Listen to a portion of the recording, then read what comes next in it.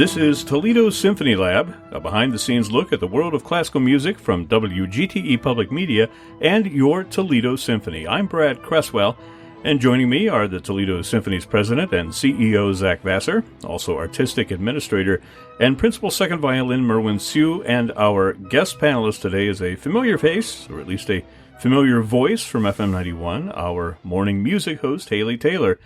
And the title of our program today is Everything You Always Wanted to Know About the Symphony But Were Afraid to Ask, or E.Y.A.W.T.K.A.T.S.B.W.A.T.A for short. Get it? Okay, onward and upward. We have some great listener questions about the symphony, which we will share with everybody in a moment. But first, I want to give out that phone number again. It's a question and answer phone number at 419-418-0012. You can call that number and leave a comment or leave a question about anything related to the symphony or classical music in general, and we may just use your voice on future episodes. Again, that is at 419-418-0012. Now, the idea for today's episode grew out of a project that the Toledo Symphony had a while back. It's called Music 101, and I'm going to bring in Zach Vassar to tell us what that is. So Music 101 was this educational outreach opportunity that we experimented a little bit with over the past summer. We wanted to invite our audience members into the symphony offices and get to meet different people from the staff and different people from the orchestra and ask questions about music and go to the source to be in a comfortable place to learn about classical music. And then each of the 6 sessions were more or less designed around a different era of music or a different instrument family. So it allowed us a chance to talk a lot about what we do, but to invite a lot of questions along the way. We probably had 40 or 50 people sign up for the course, which you never know what you're going to get. We were really, really pleased with that turnout. We had a lot of enthusiasm along the way. What were some of the questions that people would ask you? I mean, what was the most common question that you heard during the course of that program? I don't know that there were common questions, but they were really unexpected questions. We realized from the outset that we've never really done a good job knowing what to assume. So knowing that our audience loves classical music, loves coming to concerts, but there was maybe a lot of confusion as to principles of music, rhythm, how notes are written and sustained, and sheet music. You know, there's a lot of questions at that level. So we had to really start from the fundamentals and then work up. And we got some great questions about how much instruments cost and where people store them, and behaviors about the orchestra and the musicians that really I don't think about, but I'm happy that other people do. Yeah, interesting. Well, we have a whole queue full of questions here that we've gathered from the audio phone line, so we're just going to jump right into it. I will play a question, and we'll open up the microphones for you guys to answer it for us, and maybe we'll have a little discussion about it as well. Here is the first one. My name is Moira, and I would like to know why the concert master always acknowledged the first violinist. Thank you. That's an interesting question. Merwin, you should answer that because you're a violinist. I'll go violinist, yeah. I think many times the idea of the concertmaster as kind of the leader of the orchestra grew out of the fact that the first violins are always towards the center and the front of the stage. So the conductor, the position of the conductor actually evolved after the orchestra. So there were a lot of orchestras that were led by somebody towards the center of the stage or the front of the stage.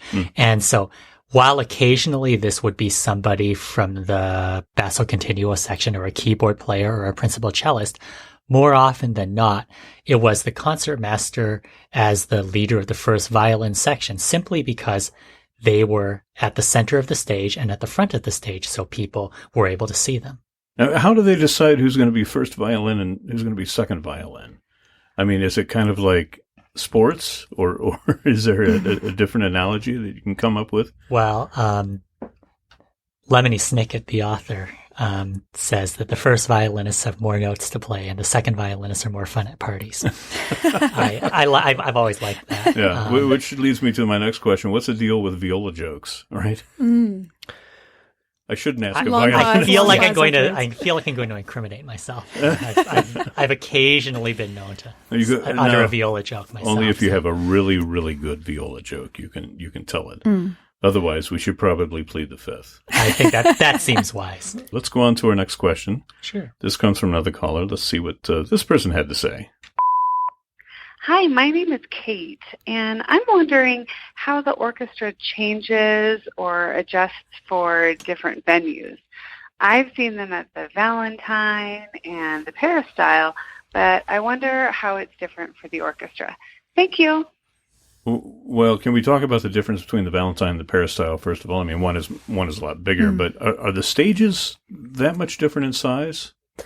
It's more what's above the stage. So at the Valentine's a theater, so they have a lot of room for props and backdrops and things like that to drop down. So there's 60 or 70 feet directly above the stage at the Valentine. So a lot of the sound that we make on stage at the Valentine goes up, and a lot of it, fortunately, goes out. I'd love to see more of it go out.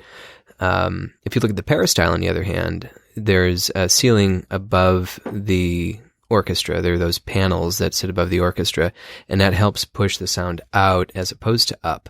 So just fundamentally, the fact that the Valentine is an operating theater, whereas the Peristyle is a functioning concert hall, does have a very different dynamic on stage. But if you're on stage, what you hear is very different from what you hear out in the house for both of those performance areas. Well, whose responsibility is it then to compensate for that? Is it the conductor that basically decides that, or do you have people that sit out in the house and listen, or how do you adjust from one venue to the next? Because you also do a lot of run-out concerts, I know, and perform all over the place. And that's very much something that we rely on the conductor's ears to give us a sense of whether or not a lot of the adjustments we'll be making kind of almost occur on a, like, just below the consciousness level. If you're hearing a lot of reverberation, then you'll play differently. If you're feeling like you're not getting that much back from the hall, you may push your amplitude a little bit, and the conductor will give you feedback. Is this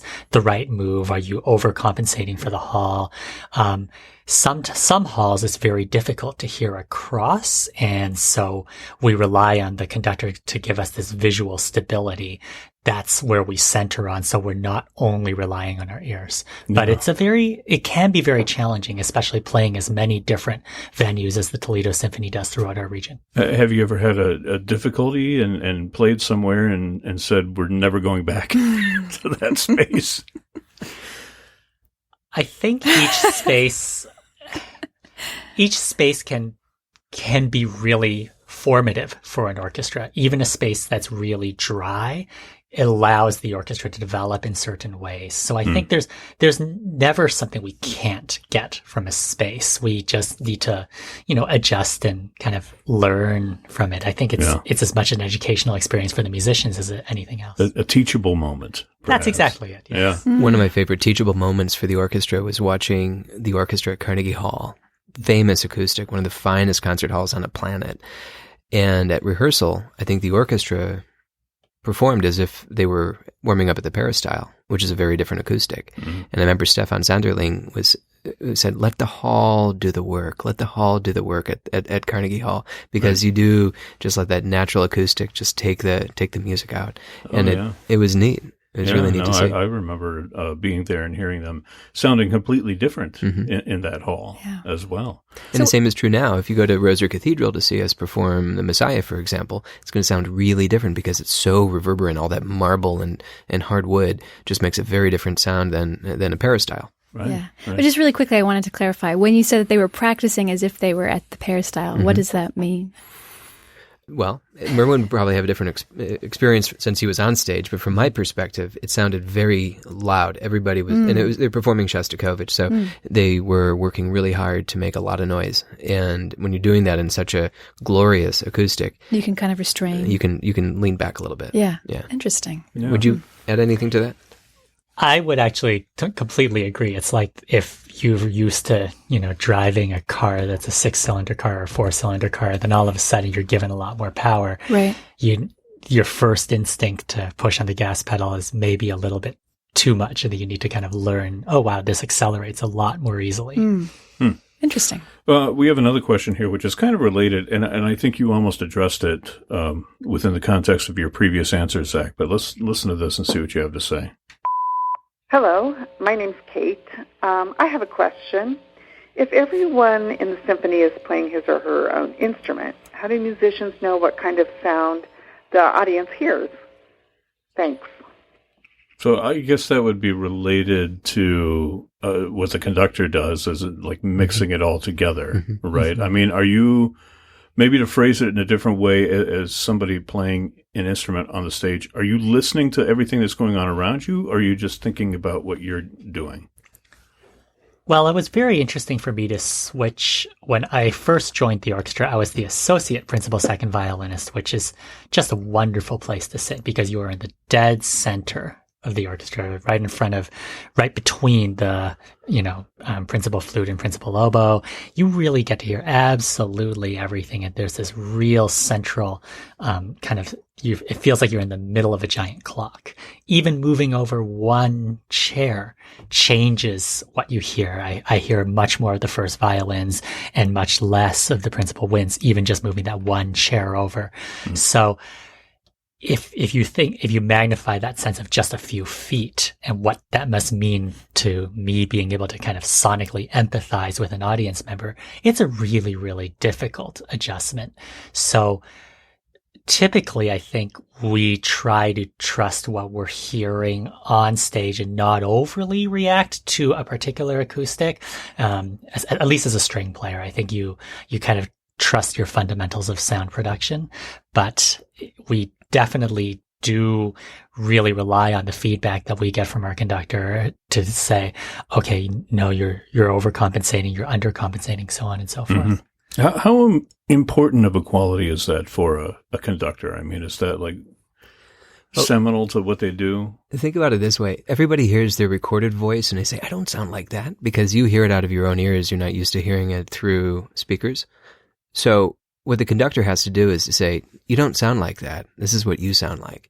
And I have a great memory of watching one of our favorite guest conductors, Giordano Bellincampi. He frequently will leave the stage and just walk around the peristyle during a rehearsal just to hear how the balances are. And that's really informative to him. He has to know that while the orchestra is playing, and then he'll walk right back up and continue conducting. Interesting. There was this really interesting video that I just watched just the other day, and it was, CBC, I think it was Tom Allen on the CBC, and he was showing how important a conductor is, and they had a clarinetist and then a timpanist on each side of the stage, and they were playing Bolero, Ravel's Bolero, and they had it from the perspective of the clarinet, and with the how long it took for the sound of the timpani to hit her. It sounded like she was in tempo on her side. Then they went to the side of the timpanist, and the time it took for the sound of the clarinet to hit him, and it sounded like he was in tempo. But then they did it from the perspective of the audience, and it wasn't in tempo at all. So to have, the space where they're on completely two different sides of the stage, and even just the time it takes for that sound to travel, and they were saying how important it is to have a conductor really right in the middle.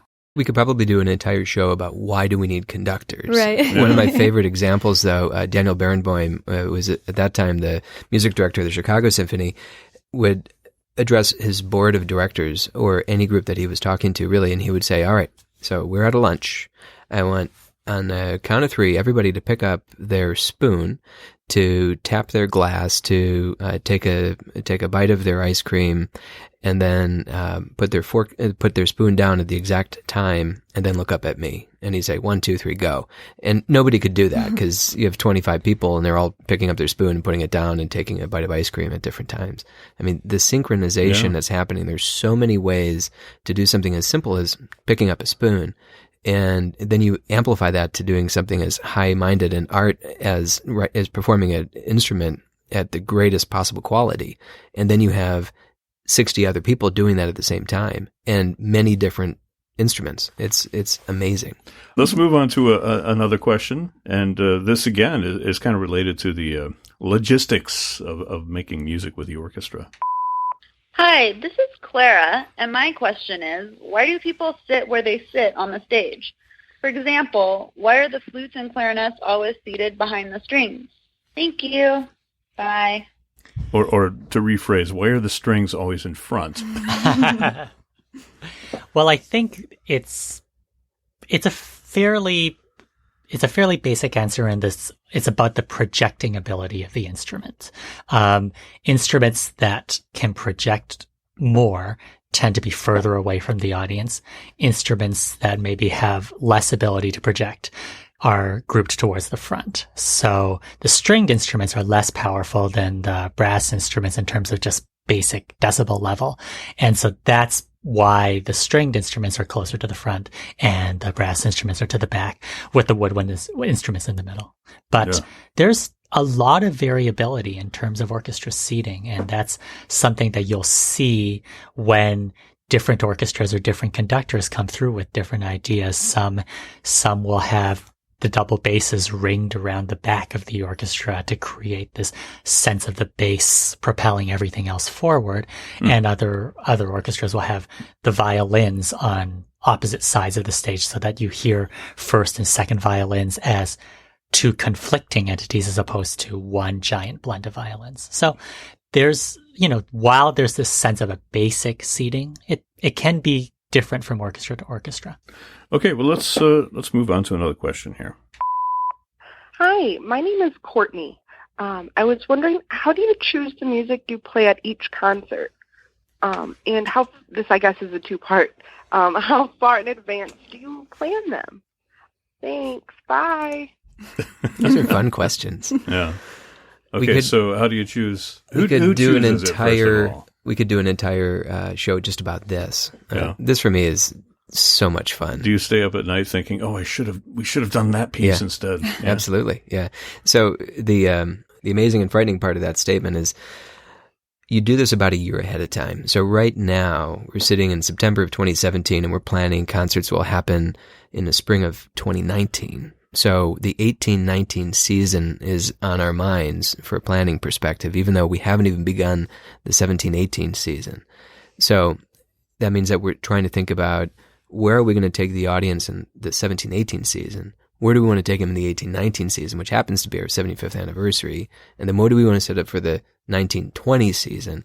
So it's a really long view, and it's a great set of discussions. And I get to have those conversations with Merwin, with our new music director, Alain Trudel.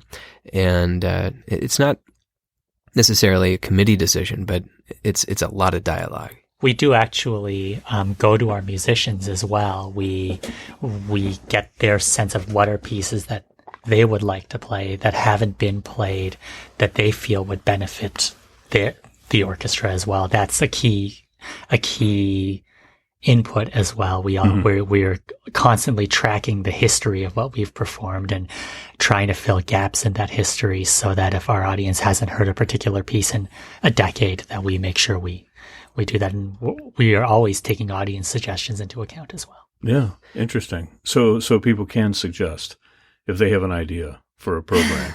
Do you just have to dial give them 419-418-0012? There you go. Do you have to give them credit? No. So it's interesting on this topic of programming. So before I was at the Toledo Symphony, I was a consultant, and I was working with an orchestra that had a huge database of not only the works that were performed, but how many people came to the concerts. This is an imperfect science, because let's say there are 3 pieces on a concert, one by Beethoven, one by Brahms, and one by Mozart. You don't know if they're coming for A, B, or C, right, but you know how many people came. But if you put that aside and say, whenever we perform this Beethoven symphony, it equates to that many people, you could very quickly put together a top 10 list of, if you want to load the hall, you perform these pieces. And that's what they were trying to do. But the problem with that is that you do that once, and then the next year, the data would say, perform the same 10 pieces over and over and over again. So you forget about everything else that's at the bottom of the repertoire, less frequently performed works that are magical in their own right. And you try to put together kind of a diversified portfolio, or a plate of really good food that might complement one another. And that's the exciting thing from my perspective. I just recently went to Beethoven's Missa Solemnis, which was fantastic. I was so excited that you guys were doing it. But I can't remember who I was talking to, someone from the symphony, who said they were kind of nervous because they weren't sure exactly how many people were going to come, but that it was Stefan Sanderling, who was really passionate about performing that. So I'm curious, how much does the conductor, what is his say in picking pieces? I think that when you're working with somebody who's a music director, like Stefan was and like Alain is, Right. there's varying degrees, but generally they have to be very comfortable with the music that they're performing. You don't want to put your conductors in a position where they're advocating for music they don't feel comfortable advocating for. And I think guest conductors, a lot of times we feel it's very dialogic. We'll have a sense of these are pieces that we would like to put forward. And then we have conversations with people who would be the people who would advocate well for these pieces. So if it's like, wow, we really want to have, works by Debussy or works by Shostakovich or something like that, then we will have conversations with which conductors would really bring something special to the table for that. Yeah. Have you ever had to say no to a conductor who was like, I really want to do this piece, and you were like, eh? I think that we've always been able to come to a really wonderful consensus. I think that there have been occasionally times when we've had to pull back, and a lot of times, unfortunately, it's a budgetary reason. There are some pieces that are very expensive to perform, and Symphony of 1,000. Exactly, Symphony of 1,000 is one. Although I can see Zach advocating for that. So. I would advocate for it, but I'd also say don't do it. It's too expensive. Symphony for 100, that's okay. 1,000, I don't know. Yes, Mahler's 0.8 symphony. Yeah, exactly. Well, here's another question, and this is related to the whole world of programming and how you get your artists. Hi, my name is Mary, and I'm wondering how much do soloists cost, and how expensive would they be? Do you choose them by our comments, or do you just say, hey, they're cool, we should have them? Thanks, bye. Now we're really getting into the good stuff here, because first I thought she was like offering, like, how much would it be? Let me check my wallet. Let me see if I can sponsor the next soloist. Really? But I mean, I don't know if you can say how much specific soloists cost, but they don't come cheap, do they not? No, it's think of it this way: we're bringing people into Toledo, usually from across the country and sometimes from across the planet, to perform works that they do really well, going back to what Merwin said a few minutes ago. And you have to pay for that privilege. And there are a lot of violinists in the world, but not everybody can play the Britten Violin Concerto perfectly. So you have to think about where do you spend, and where might not you need to spend so much to get somebody to fly in from Finland to do a performance. We actually choose our soloists a little bit differently than other orchestras. We use Haley's rough draft diaries model, where the previous soloist gives us 3 alternatives, and then we get to choose another. We choose from that. There's one problem with that theory, because all the soloists would choose themselves. That's the problem. Well, you eliminate that one first. Exactly. That's one of the 3 choices. Symphony people, you bring people back, right? They become sort of favorites. Yeah. Right? And the orchestra has a really long history of great relationships with major artists who would perform at the top orchestras. I remember when Rostropovich was celebrating his 80th birthday. I was living in Boston at the time, and I saw a sign that said he was performing with 4 orchestras, and it was something like the New York Philharmonic, the Boston Symphony, the Philadelphia Orchestra, and the Toledo Symphony.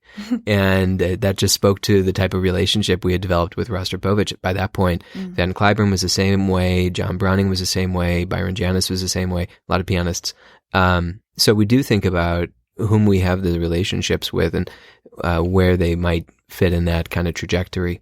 I want to play one more question, and then we'll have to wrap things up because we're going to run out of time here.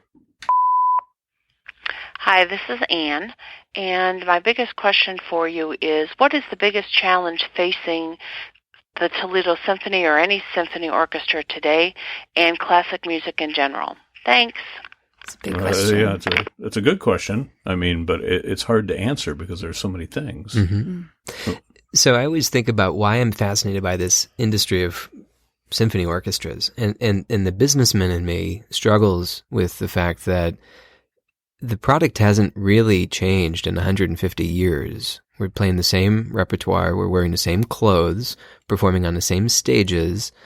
And if that were to happen in the business world, that company would not exist anymore. But because it's an art form, and because the music is so cherished, and seeing it live is fundamentally different than hearing it in a recorded environment, no offense to WGTE, the experience is therefore relevant. And I love this sort of business sense and business nonsense that happens in the symphony world. So the truth is, the repertoire does change.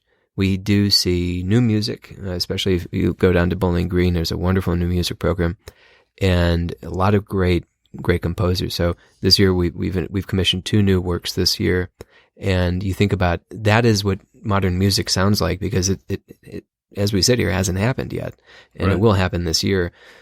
So the repertoire does evolve, and as Merwin said earlier, people move around on stage, so we don't necessarily sit on the same stage in the same clothes as we used to, and new audiences are always coming in. So, I think we try to keep a very open door for our orchestra, and we're always trying to grow and cast a wider net in our community. I'll chime in with this wonderful paradigm that I'm borrowing from an actor and an educator named Eric Booth. And he talks about how great experiences fundamentally blend the artistic and the entertaining.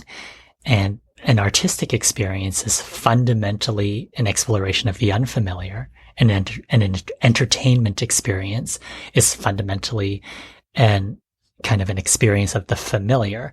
And a lot of times people see these as very divergent and kind of opposites, but his point of view was that a really great experience has elements of both. And I think the big challenge for our industry is that due to, plummeting education funding for the arts, more and more of what we do is becoming unfamiliar. What used to be something that people would see as a blend of the unfamiliar and the familiar now seems to more and more people wholly unfamiliar. And so I think what we need to be able to do is continue to provide artistic experiences, and I mean those as exploratory experiences, but to give people some sense of familiarity so that they don't feel wholly at sea when hearing and seeing what we do. Well, I think part of the takeaway here with everything we've talked about today is the fact that it is a really complicated venture. There's so much that goes into it, and there's so much that goes into all of the musicians that make up the whole, and the conductor and all the administrative duties that have to take place as well, just to make it possible. And then you have everything that you've just spoken about challenge-wise that's happening. So it's all about doing more with less. It's about being creative. It's about finding the energy and the time to make things happen the way you want them to happen. And above all, to serve your audience. Well, that's about all the time that we have. I want to say that Toledo Symphony Lab is generously underwritten by a gift from the estate of Barbara Garwood and is a production of WGTE Public Media in collaboration with our sponsor, the Toledo Symphony. You can download episodes of this program, including the one you've just heard, as a podcast by going to our website. That is at WGTE.org. And remember, you can always check out upcoming events at the Symphony by visiting their website. That's at ToledoSymphony.com. Also, the various social media outlets on Facebook, Instagram, and Twitter. My thanks to Zach Vassar and Merwin Sue, and also to Haley Taylor, who helped keep us honest here today, for joining us. I'm Brad Cresswell, and this has been Toledo Symphony Lab here on FM 91.